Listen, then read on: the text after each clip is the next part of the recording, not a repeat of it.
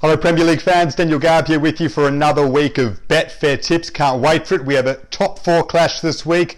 We have the ladder leaders Man City with a tricky assignment and another game that I reckon represents some big value. So make sure you check out the Betfair exchange for all your prices. My A-League tips are there as well, plus every other market that you would want in world sport. But of course, remember always to gamble responsibly.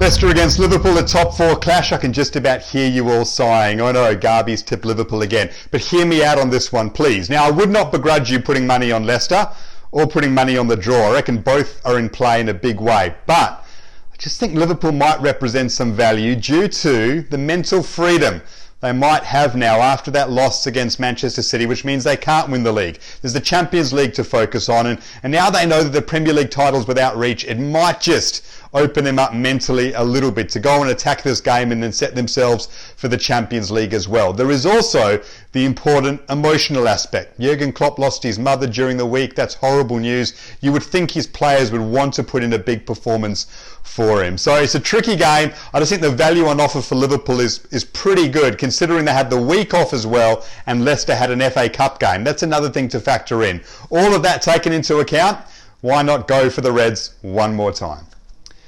Man City against Tottenham. I mean, it seems as if they are cruising to the title right now. This game, a month or so ago, looked a little bit trickier on paper than what it is at the moment. But Tottenham just don't seem to have much spirit. Even their defensive rear guard looked to be shaky in that FA Cup loss to Everton during the week. So I like City here to do as they please. Tottenham don't seem to have enough spirit about them right now. I mean, Harry Kane doesn't look like he definitely wants to be there at the moment. They just seem a little bit broken. And I think City can take advantage. So look for me at the -1, maybe even the -2 handicap, the over 2.5 goals, perhaps a half-time, full-time double. All of those, I think, come into play in this one. City, I think, do it here without too much of an issue.